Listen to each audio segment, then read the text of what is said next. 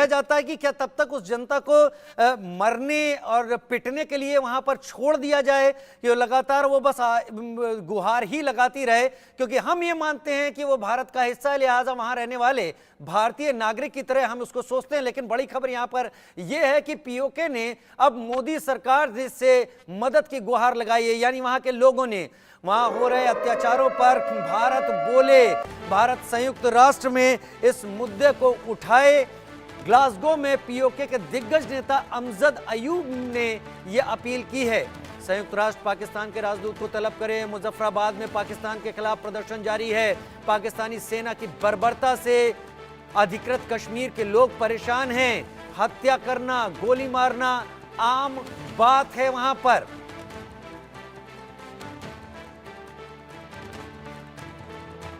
या किसी विश्व मंच पर उठाने के लिए ये जिम्मेवारी एक्सटर्नल अफेयर मिनिस्ट्री की है।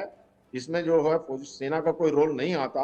और हमारे जो अभी फॉरेन मिनिस्ट्री है, जो हमारे फॉरेन मिनिस्टर हैं, वो बहुत स्ट्रॉन्ग और बड़े अच्छी तरीके से अपनी बात करते हैं और हमारी फॉरेन पॉलिसी और डिप्लोमेसी बहुत स्ट्रॉन्ग है। उचित कदम उचित समय पर उठाया जाएगा और जब समय आएगा तो फौज भी हमेशा तैयार है। तो ये एक तरीके से चला जाएगा। और अब एक चीज और मैं बता देना चाहता हूँ, अत्याचार जरूर कर रही थी पाकिस्तान की सेना, लेकिन अब की बार जो है, जो पीओके के लोग हैं, उन्होंने सबक सिखा दिया उनको। 5 लोग जब सड़कों पर आए और जो पुलिस और आर्मी की जो पिटाई की, जो उनको नंगा किया, जो पहाड़ी से नीचे गिरा दिया गया, दौड़ा दौड़ा के जो मारा है, वो भाग गए हैं, डर गए हैं अभी। तो अब मुझे नहीं लगता है कि अभी वो ऐसा दुस्साहस करेंगे दोबारा कि पीओके की जनता के ऊपर इस तरह का कोई अत्याचार करें। अभी तो बल्कि मैंने जैसे कहा कि उल्टा वो उनको एक पैकेज दे रहे हैं। उनको समझ आ गया है कि अब ये हम हमारे काबू में नहीं आने वाले। और पाकिस्तान की फौज की औकात क्या है? उनके पास तो कुछ है ही नहीं। उनके पास अपनी गाड़ियां चलाने तक के लिए पेट्रोल नहीं है। वो जो है उनके पास कुछ, उनका जॉर्ज बजट। कुरियन का इस वक्त रुख करूंगा। मेरे साथ राजनीतिक विश्लेषक के तौर पर इस वक्त जुड़े हुए हैं। कुरियन साहब, आपको क्या लग रहा है अब पीओके में जो हालात हैं वो अलार्मिंग है? वो डिमांड कर रहे हैं कि वहां पर दखल देने की जरूरत है।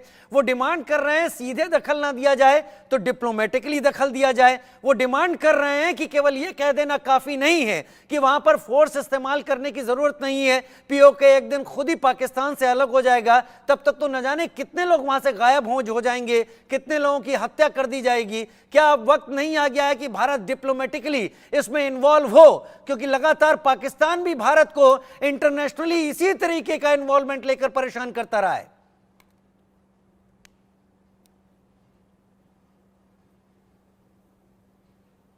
अनम्यूट कर दे खुद को सर।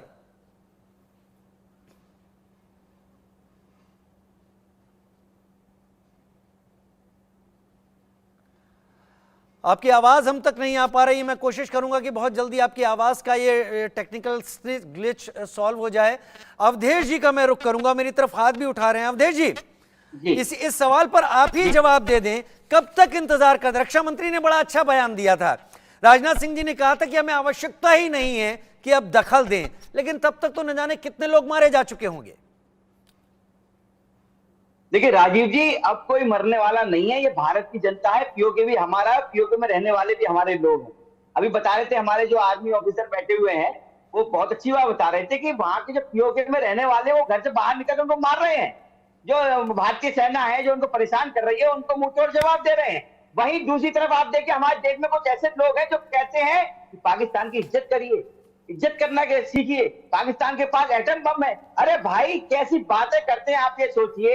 एक नेता कहते हैं कि भैया ये जो है राहुल गांधी जी जो है पाकिस्तान के लिए बहुत अच्छे हैं, हमारे लिए बहुत अच्छे लगते हैं। जैसे नेहरू जी करते थे, समाजवादी का विचारधारा थी, वैसे राहुल गांधी की विचारधारा है। मतलब इतना प्रेम उनके लिए है पाकिस्तान के उनका। चलिए, तकनीकी समस्या सामने आ रही है। अवधेश जी, आपकी भी आवाज फ्रीज हो रही है, लेकिन कुरियन साहब मेरे साथ थ्रू हो चुके हैं। कुरियन साहब, जो सवाल आपसे पूछा था उसका जवाब सामने रखें। क्या अब डिप्लोमेटिकली इन्वॉल्व होने की जरूरत भारत को नहीं अब आ गई है? अब इंतजार करना ठीक रहेगा? बिल्कुल राजीव जी, ये मेरा स्पष्ट मत है कि जहां तक के पाकिस्तान ऑक्यूपाइड कश्मीर का सवाल है, पाकिस्तान ऑक्यूपाइड कश्मीर भारत का हिस्सा था, रहेगा, और उसमें कोई दो राय नहीं है। और जहां तक 2024 की बात है, जैसी कांग्रेस की गठबंधन इंडिया ब्लॉक सरकार में आएगी और इस मुद्दे को बायलैटरली डिप्लोमेटिकली हम इस मुद्दे को उठाएंगे। और ये हम सब जानते हैं कि 23 सीटें जो है विधानसभा के, हम लोग ने उसको वेकेंट रखा हुआ है, इसी कारण से रखा हुआ है कि वो आने वाले समय में भारत के जम्मू एंड कश्मीर और भारत का हिस्सा में वो जुड़ जाएगा। तो इसमें कोई दो राय नहीं कांग्रेस पार्टी को। और I really condemn the atrocities on the people of Pakistan occupied Kashmir by the forces and the police in Pakistan. This is really condemnable, and I strongly believe that once we come to power, this will be taken on priority and things will be sorted out with regards to Pakistan occupied Kashmir. लेकिन केवल temperature वहां का बताने लगना, जैसे भारत ने वहां का तापमान बताना शुरू कर दिया, भारत वहां की हालात पर नजर रख रहा है, ये चीजें करना और ये मानना प्रस्ताव संसद के 1994 के पास हुए प्रस्ताव के मुताबिक कि हमारा था, है और रहेगा, क्या ये सफिशिएंट आपको लगता है? क्या जैसे वहां से डिमांड हो रही है कि अब यूएन में भारत इसका मुद्दा उठाए, और अगर भारत इसका मुद्दा उठाता है तो ये भारत के स्टैंड को और ज्यादा पुख्ता नहीं करेगा? कुरियन साहब, we strongly believe as a Congress party and the India bloc, we strongly believe that we have the potential and the capabilities to take this issue at the highest level and get to a conclusion on the Pakistan occupied Kashmir issue.